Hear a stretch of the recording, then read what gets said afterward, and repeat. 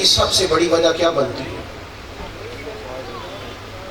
سب سے بڑی وجہ یہ بنتی ہے کہ ہم اپنا مزاج دوسرے پر ٹھوسنا چاہتے ہیں اور دوسرے کے مزاج کی رعایت کرنے کو تیار نہیں ہوتے.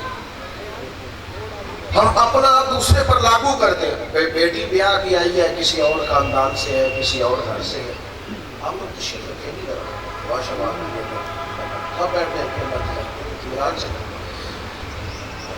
جب بچی کسی اور گھر سے آتی ہے نا بیاہ کی، تو ظاہر ہے وہ قبیلہ الگ ہے، بعض اوقات شہر صوبہ الگ ہوتا ہے، رہن سہن الگ ہوتا ہے، سب گھروں میں ایک جیسی سہولیات بھی نہیں ہوتی. تو بجائے اس کے کہ آپ اسے کہیں کہ وہ ایک ہفتے کے اندر آپ کی مزاج اور طبیعت کی پابند ہو جائے، آپ تھوڑا سا نا ذرا اس کا مزاج بھی تو سمجھے نا کہ مزاج کیا ہے، اس کی بھی ذرا رعایت کرے نا. یہ ماں باپ کیوں تکلیف میں ہوتے ہیں بچوں کی وجہ سے؟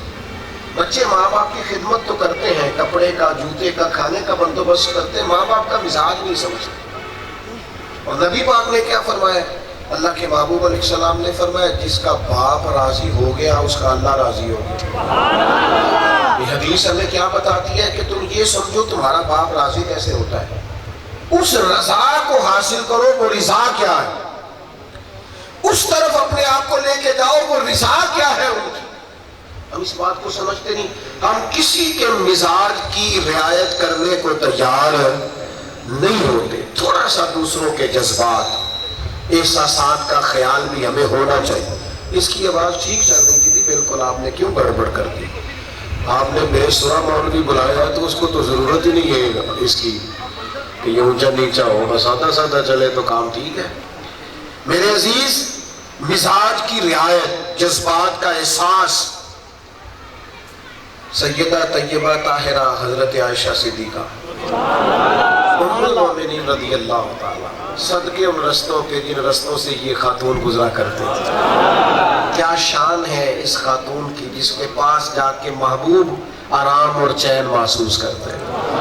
محبوبہ محبوب کائنات سیدہ طیبہ طاہرہ حضرت عائشہ صدیقہ رضی اللہ تعالیٰ عنہ فرماتی ہیں ایک دن نا حضور نے مجھ سے عجیب بات کی. کریم محبوب فرمانے لگے عائشہ جب تم مجھ سے راضی ہوتی ہو پھر بھی مجھے پتہ چل جاتا ہے،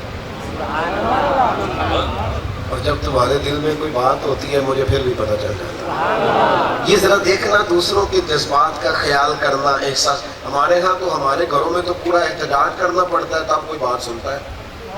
جب تک احتجاج پہ بیٹھنا نہ جائے اپوزیشن اتنی دیر تک گھر میں بات سنی نہیں جاتی. ہلکی ہلکی تو سمجھ ہی نہیں آتی بہت سارے لوگوں.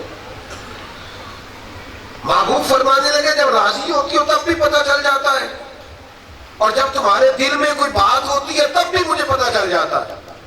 تو حضرت عائشہ صدیقہ رضی اللہ تعالیٰ عنہ عرض کرنے لگی یا رسول اللہ مجھے میری ماں روئے میں اور آپ سے ناراض. تو حضور فرمانے لگے بتاؤں پھر کرو بات یا رسول اللہ فرمائیے. تو محبوب فرمانے لگے عائشہ آپ کبھی کبھی قسم اٹھاتی ہیں؟ حضور اٹھاتی ہوں. فرمایا جب مجھ سے راضی ہوتی ہو تو کہتی ہو رب محمد کی قسم صلی اللہ علیہ وسلم، محمد عربی صلی اللہ علیہ وسلم کے رب کی قسم. اور فرمایا جب تمہارے دل میں کوئی بات ہوتی ہے تو پھر کہتی ہو حضرت ابراہیم خلیل کے رب کی قسم. پھر حضرت خلیل اللہ علیہ السلام کی نسبت سے قسم اٹھاتی ہو. جناب عائشہ کہتی ہیں لوگوں میں تمہیں بتا نہیں سکتی تھی یہ بات سن کے میرے دل کی کیفیت کیا تھی. حضور آپ اتنا خیال رکھتے ہیں کہ کوئی بولتا کیا ہے اس کے لفظوں تک سے اس کے جذبات کا پتہ لگا لیتے. یا رسول اللہ اتنی کریمی، اتنی بندہ نوازی، اتنی حکمت، اتنا تدبر. محبوب فرمانے لگے مجھے پتہ چل جاتا ہے. جناب عائشہ صدیقہ کہتی میں تڑپ کے عرض کی یا رسول اللہ مجھے رب محمد کی قسم ہو میرے لبوں سے نام ہی جاتا ہے میرے دل میں آپ ہر وقت موجود رہتے ہیں. عزیز دوستو، اگر یہ حدیث میرے اور تیرے گھر میں آ جائے، بچوں میں آ جائے، آپ بتا سکتے ہیں وہ گھر کتنا بڑا محبت کا گہوارہ بن جائے، کتنا بڑا خلوص. پر میں کیا کروں، ہم نے دین کو منایا ہے، اپنایا نہیں. یہ آ گیا دور اسے مناؤ، یہ دن آ گیا اسے مناؤ. کاش تیرے اور میرے گھر میں صبح شام دین اپنایا جاتا. دین کی خوبصورتی وہ جو تقریروں اور کتابوں میں موجود تھی وہ گھروں میں آ جاتی. اس کا اصل حسن، یہ میں جاتا ہوں نا سفر پہ، لوگ پیار کرتے ہیں، کہتے ہیں ملنا ہے آپ سے اور آپ کے پاس بیٹھنا ہے، تو میں عرض کرتا ہوں کہ میرے ہاتھ چومنے سے واللہ باللہ تاللہ آپ کو کوئی فائدہ نہیں ہوگا. آپ جتنے لوگ بیٹھے ہیں میں سب سے گنہگار آدمی ہوں، اور یہ میں کو جوش خطابت نہیں کہہ رہا، احساس کے ساتھ کہہ رہا ہوں، من عالم کے من عالم. بھائی اگر آپ نے کوئی بات کرنی ہے، کوئی پیار کرنا ہے، تو جو بات کہہ رہے ہیں اس پر عمل کریں، تاکہ اللہ میرے جیسے لوگوں سے بھی کہے کہ تیری وجہ سے یہ 2 بندے ٹھیک ہو گئے تھے، جا تیرے گناہ بھی معاف کیے. کام تو یہ ہے کرنے والا، لیکن وہ ہماری زندگی کیا رہ گئی ہے؟ 30 سیکنڈ کی ویڈیو، 2 تصویریں، یہ کل زندگی ہے.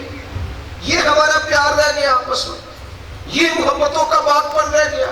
خدا کے بندے، دین عمل کے لیے آیا ہے، اور جب تو دین کا علم حاصل کر کے اس پر عمل کرے گا تو خود محسوس کرے گا تیری روح سج گئی ہے، تیرا باطن پھول کی طرح مہک گیا ہے، تیری طبیعت میں ایک پاکپن آیا ہے، تیری زندگی تجھے مزہ دینے لگ گئی ہے. تیرا جینا، تیرا سونا، تیرا جاگنا، تیرا اٹھنا، تیرا بیٹھنا بامقصد ہو گیا. تیرے آپ دیکھیں نا، زندگی اگر کبھی دین کے علم کے مطابق سج جائے نا تو جینے کا کیا، مرنے کا بھی مزہ آتا ہے، مرنے کا بھی مزہ آتا ہے، مرنے کا. مولا علی شیر خدا کرم اللہ تعالی وجہ الکریم کو زخم لگائے نا تو کیا کہتے ہیں؟ فزت برب الکعبہ. زخم لگا ہے، دنیا سے جا رہے ہیں، بچوں کو چھوڑ رہے ہیں، احباب کو چھوڑ رہے ہیں، عقیدت مندوں کو چھوڑ رہے ہیں، اسلام پر ان کے جو خدمات ہیں سے وہ جا رہے ہیں، لیکن کہتے ہیں کہ فزت برب الکعبہ، رب کعبہ کی قسم میں کامیاب ہو گیا. کیوں کہتے ہیں جس مقصد کے لیے زندگی تھی لو میں نے جان بھی اسی مقصد کے نام پہ. اے سجنا سا توڑ نبھائی، جان دیتی تیرا تیرے. وہ میرے عزیز بامقصد زندگی ہو جائے، دین کا شعوری علم حاصل کریں، شعوری آپ وہ چیزیں سیکھیں.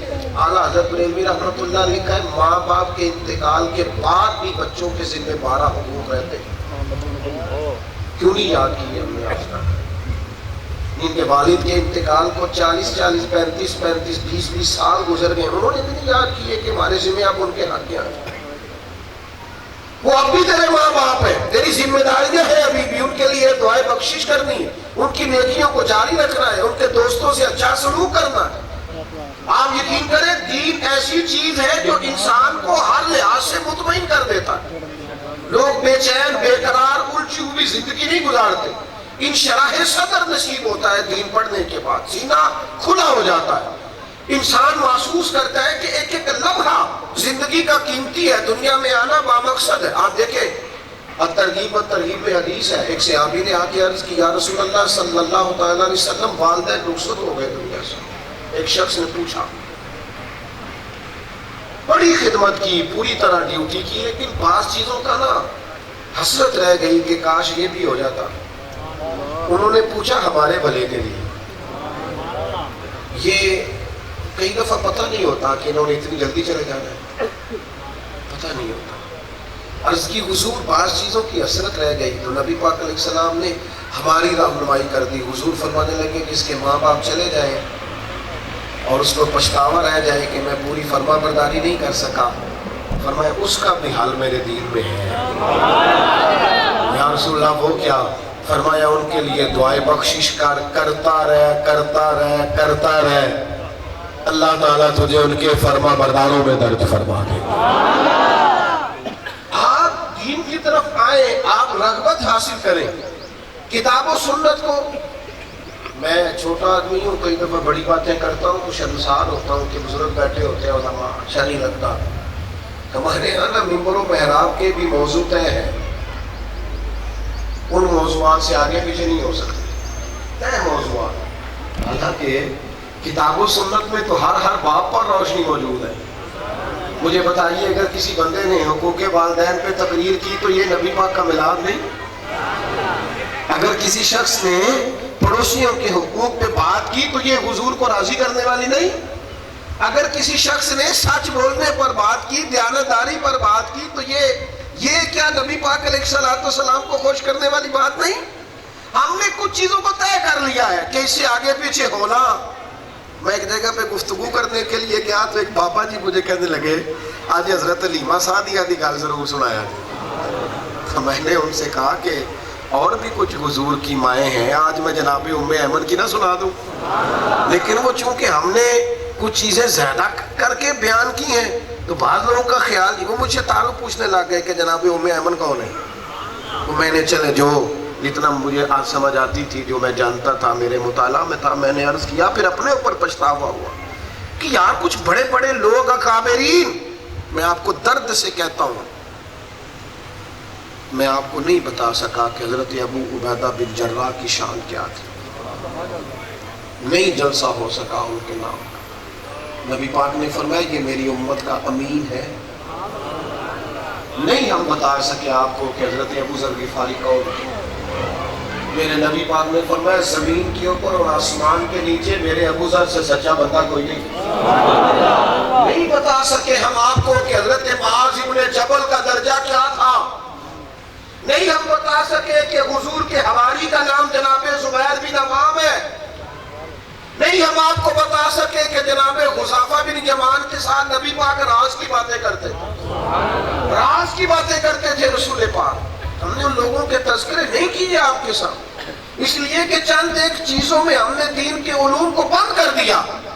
یہ عظمتوں والے محبوب کے عظمتوں والے غلام، ایک صحابی آسمان ہدایت کا ستارہ ہے. وہ یارو جو بندہ سکھ سے جینا چاہے نا وہ حضرت سلمان فارسی کو پڑھے.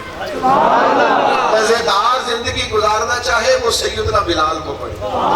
چپ کر کے پیچھے رہ کے مسجد میں جھاڑو دے کے حضور کے مہمانوں کی نوکری کر کے ساری زندگی رسول پاک کو راضی رکھا. کیا طرز زندگی ہے جس زندگی کے اندر کوئی پروٹوکول نہیں لیا، کچھ آگے نہیں بڑھے، کسی چیز کا مطالبہ نہیں، کسی صوبے کی گورنری نہیں. لیکن محبوب معراج سے واپس آ کے فرمانے لگے بلال کیا عمل کرتے ہو؟ میں نے تو جنت میں بھی تمہارے قدموں کی آواز سنی، جنت تک تمہارے قدموں کی آواز سنی ہے. وہاں تک اپنے وسعت دیں، اپنے دل کو اپنے اندر گنجائش پیدا کریں. بہت بڑا سمندر ہے. دین ہر جگہ آپ کو مطمئن کرے گا، آپ کی روحانی تسلی کرائے گا، آپ کے اندر فہم پیدا ہوگا. نبی پاک کی سیرت بندہ پڑھتا جاتا ہے نا، حضور کی سیرت مقدسہ، تو روح بندے کی جوان ہوتی جاتی ہے، اسے تازگی ملتی ہے. کس طرح رسول پاک نے وقت گزارا. میں کل ایک جگہ پہ کہہ رہا تھا، میں نے کہا لوگوں کا خیال یہ ہے کہ صرف مسواک کرنا اور میٹھا کھانا ہی سنت ہے، حالانکہ معاف کرنا بھی تو سنت ہے، دل صاف رکھنا بھی تو سنت ہے، سچ بولنا بھی، دیانتداری بھی، سنو نا، تھوڑے پہ گزارا کرنا بھی، ایک وقت کھانا ایک وقت فاقہ کرنا بھی. نہیں کوئی نہیں سمجھ آئے گا. آخری والی پہ آپ چپ کر گئے. جس طرح میٹھا کھانا سنت ہے نا، کبھی کبھی فاقہ کرنا بھی سنت ہے. اگر یہ پتہ چل جائے تو جتنا غریب رونا روتے اتنا کبھی نہ روئے. انہیں پتہ چل جائے کہ ہم کس طریقے پہ عمل کر رہے ہیں، اتنے کمزور کبھی نہ پڑے.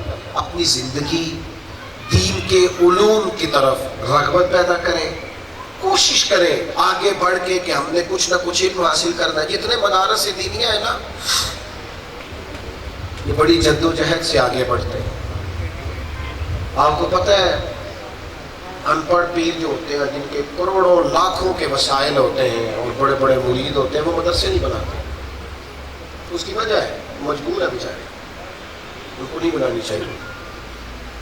اس کی بنیادی وجہ ہے اس لیے کہ جاہل پیر اگر مدرسہ بنائے گا نا تو اسے پتہ ہے یہ بچے پڑھ گئے تو مجھے انہوں نے پیر کو نہیں ماننا، پکا پتہ ہوتا ہے. لہٰذا وہ کبھی بھی جاہل پیر اپنے آستانے پر مدرسہ سوال ہی نہیں پیدا ہوتا. اسے پتہ ہے کہ اسے پتہ چل جائے گا کہ اعلیٰ حضرت نے پیر کی شرائط کیا لکھی ہے. سوال ہی نہیں پیدا ہوتا مجھے مانے، پھر تو نہیں مانے گا. یہ کبھی سوال ہی نہیں پیدا ہوتا. جس طرح کبھی پرانے وڈیرے اللہ تعالیٰ معاف کرے، کچھ لوگ بڑے ظالم ہوتے تھے، وہ اپنے اسکول میں، اپنے گاؤں میں اسکول نہیں بننے دیتے تھے، کہتے تھے غریبوں کے بچے پڑھ گئے تو ہماری بھینسوں کو چارہ کون ڈالے گا؟ نہیں یہ کام کرنے، اسی طرح جاہل پیر بھی یہ کام نہیں کرتے۔ علماء محنت کر کے یہ وسائل جمع کرنا، میں ادارہ چلاتا ہوں، مجھے پتہ ہے یہ کتنا مشکل کام ہے۔ ایک گھر میں 10-15 لوگوں کا کچن چلتا ہے تو وہ کچن کتنا مشکل سے چلتا ہے، ہر آدمی کو احساس ہے۔ اور میری طرح کے لوگ جہاں سینکڑوں قسم کے طلباء کو روز دیکھتے ہیں اور ان کو پوری طرح سے سپورٹ کرتے ہیں، وہ آسان کام نہیں ہوتا۔ کمزوریاں ہیں، میں ایسا نہیں کہہ رہا مدارس میں کمزوریاں نہیں، بڑی کمزوریاں، انسان ہے سب جگہ پہ، سب انسانوں میں ہوتی، یہاں بھی ہے۔ کرنے کا کام یہ ہے کہ آپ اخلاقاً سپورٹ کریں، آپ مدارس میں ٹائم نکال کے جائیں، وہاں بیٹھیں، اپنے اچھے مشورے دیں، آپ وہاں اپنی رائے پیش کریں، آپ وہاں جو خدمت کے کام ہیں ان کاموں میں بنفس نفیس حصہ لیں۔ آپ مدارس میں آنا جانا شروع کریں گے تو یہ ایک بہت بڑی ضرورت ہوگی علاقے کی، جس کو آپ پورا کریں۔ بچوں کی تعلیم جو مدارس اسلامیہ میں ہوتی ہے اس میں جدت پیدا کرنے کی ضرورت ہے، اس میں کچھ تھوڑی سی تبدیلیاں لانے کی ضرورت ہے۔ وہ کب ہوگی؟ جب علاقائی لوگ اس کے ساتھ بھرپور تعاون کریں گے، اپنے اپنے علاقوں کے لوگ اس میں شامل ہوں گے، آگے بڑھیں گے، جدوجہد کریں گے۔ اور میری آپ سے درد مندانہ اپیل ہے، مدرسے کے بچوں کو اخلاقاً بہت زیادہ سپورٹ کیا کریں، جب وہ آپ کو نظر آئے تو ان کو شاباشی دیا کریں، ان سے پیار کریں۔ ان بچوں کو اخلاقی سپورٹ کی ضرورت ہوتی ہے۔ میں تو ویسے نہیں گھبراتا بالکل بھی، مجھے کوئی مولوی صاحب کہے تو مجھے برا نہیں لگتا، بڑا اچھا لگتا ہے، بڑا اچھا۔ مولوی صاحب بڑا معزز لفظ ہے، کوئی اس میں کمزوری والی بات ہے، لیکن ان بچوں کو اگر کوئی بندہ غلط لہجے کے ساتھ اس طرح پکارتا ہے، مولوی ادھر آپ، یہ ٹھیک نہیں ہے، آپ حافظ صاحب کہیں، قاری صاحب کہیں، آپ ان کو اچھے الفاظ سے مخاطب کریں، اور ان کے لیے آپ اپنے دل میں جس طرح باقی بچوں کے لیے ہے، ان کے لیے بھی آپ اپنے رویے میں گنجائش پیدا کریں گے تو آپ دین کو سپورٹ کریں گے۔ یہ مدارس کے بچے جب شروع کرتے ہیں تو 2-3 دفعہ حفظ کے بچوں کا دل بیچ میں گڑبڑ ہوتا ہے کہ میں نے نہیں پڑھا، تو جب ان وجوہات کو ٹٹولا جاتا ہے تو اس میں بعض جگہ حوصلہ شکنی بھی نکلتی ہے کہ گھر والے، خاندان والے، ایسے ہی ایک بندہ آ جاتا ہے بیچارہ پریشان کسی اور بات سے ہوتا ہے اور آ کے حافظ جی سے پوچھتا ہے پڑھ کے کرو گے کیا؟ وہ خدا کے بندے چھوڑ دے، تو یہ دین کا کام ہے، اس میں اللہ تعالیٰ اپنی رحمت سے، اپنے فضل سے کرم نوازیاں کرتا ہے، تو وہ حوصلہ شکنی کر دیتا ہے۔ تو حوصلہ شکنی نہ کریں، تائید کریں، پیار کریں، شاباشی دیں، اعزاز دیں۔ آپ یقین کریں کہ بچہ گھر آئے نا مدرسے کا، کالج کا، اسکول کا، تو آپ صرف اسے کہہ دینا کہ پتر کیا بات ہے، جو کام کر رہا ہے چھوڑنا نا، تو استاد کے کئی گھنٹوں کے لیکچروں سے زیادہ آپ کے 2 جملے بنے گے۔ آپ اعزاز دینا شروع کریں۔ میں مدرسوں کے ساتھ سب سے زیادہ جس تعاون کی ضرورت سمجھتا ہوں وہ یہ والا تعاون ہے کہ آپ بہت زیادہ شاباشی دیں علماء کو۔ ایک جگہ ہم بیٹھے تھے تو ایک صاحب مشورہ دینے لگ گئے، وہ ایک اسمبلی کے ممبر تھے، کہنے لگے اگلا جمعہ اخوت پہ پڑھانا ہے علماء نے۔ میں نے ان سے کہا آپ کی تعلیم کتنی ہے؟ کہنے لگا میٹرک۔ میں نے کہا آپ مڈل والوں کو مشورہ دیں، علماء کو مشورہ نہ دیں، مہربانی کریں آپ۔ اور دوسری بات یہ ہے کہ ہم انشاءاللہ اخوت پہ جمعہ پڑھا دیں گے، اسمبلی میں ایک تقریر آپ بھی اخوت پہ کریں، اپنی مخالف جماعت کی ایک تعریف کر کے دکھائیں، آپ زیادہ نہیں صرف ایک کریں۔ یہ جتنی سیاسی فرقہ واریت نے تباہی مچائی ہے اتنی کسی چیز نے نہیں مچائی۔ امت کو بانٹ کے رکھ دیا ہے، قومی وحدت کو پارا پارا کر دیا ہے، اور منزل انہیں ملی ہے جو شریک سفر نہ تھے، وہ لوگ آ کے یہ بات سناتے۔ تو اس لیے آپ سے بھی میری گزارش ہے، رائے کا اختلاف بڑی جگہوں پہ ہو جاتا ہے، ہو سکتا ہے زندہ لوگوں میں اختلاف ہوتا ہے، جب زندہ ہے تو پھر رائے بھی ہوگی، لیکن کبھی بھی آداب کا دامن نہ چھوڑے۔ آپ کی سیاسی وابستگیاں جہاں بھی ہیں، اخلاقیات کے دائروں سے کبھی باہر نہ نکلیں، آپ ذاتی نفرتوں کا اس چیز کو سبب نہ بنائیں۔ دعا کرتا ہوں اللہ تعالی حضرت کے مدرسے کو بہت ساری ترقیاں عطا فرمائے اور ہمارا جمع ہونا اپنی بارگاہ میں قبول کرے۔ وما علینا الا اللہم صلی علی سیدنا